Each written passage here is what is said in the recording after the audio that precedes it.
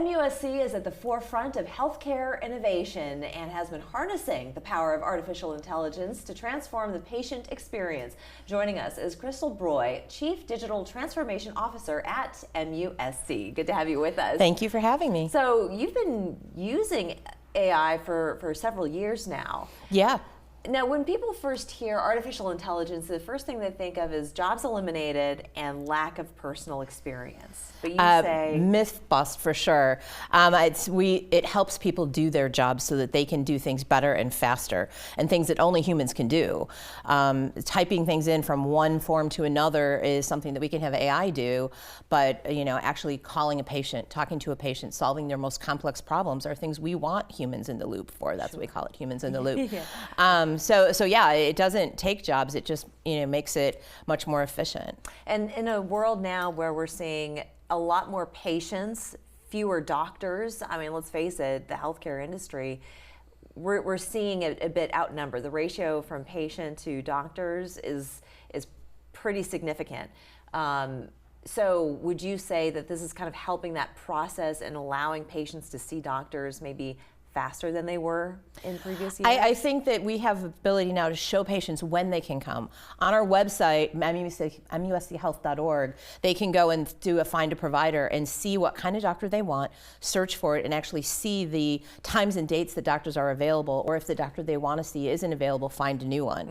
And that's all powered by AI as well. Oh, okay. So you can search knee pain, shoulder pain, so you don't have to know that that's an orthopedist that does that. I see. You can search for it up in Mount Pleasant, or you can search for it in the upstate and find those doctors really quickly. Very interesting. So tell us about how AI has been utilized within MUSC, and you've got a couple of new ways currently that you wanted to talk about. So you mentioned finding a doctor. What are some other ways in which AI has been applied? We're using a tool called ambient listening, which allows doctors to use their phone and say, can I use my phone to record this conversation? It's going to take our notes, and then be able to look up and talk to you straight away. And while that's happening, the notes are being recorded and going into our electronic health record. So the doctor's not typing and looking, but instead having a really personal conversation with you.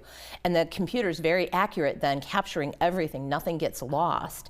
And doctors spend less time writing notes, more time with patient satisfaction, really understanding their patients, which is I think is very important. It helps them close charts faster, helps the patients get care faster. Yeah, and I was going to say, and you say that the patients also, their words aren't misconstrued or anything's missed. It's exactly verbatim whatever they say during that meeting. Yes. Okay. So with their consent, of course. Oh, well, naturally, yes. So tell us about what's new this year.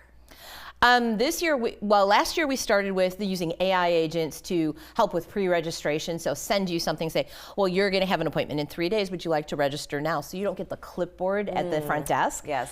And so that's been very, very successful. That's always fun. Yeah. And then you're writing forever. This is something you can do on your phone at home. If you need help, your daughter can help you, and so on. Yeah. So that's something that's been wildly successful. Pay your copay, all those kinds of things. But now we're getting into the back office kind of things to help our agents behind the scenes to do prior authorizations. For example, if you need an MRI, we can now have the computer do it through AI and actually contact the insurance company and get that back. What that means is your stuff's getting authorized faster, and you can get in to get your procedures faster. Okay. And you also have chatbots that are fluent in Spanish as well. So you've got other languages that you offer. Yes. We have a chatbot on our website that you can talk Spanish to.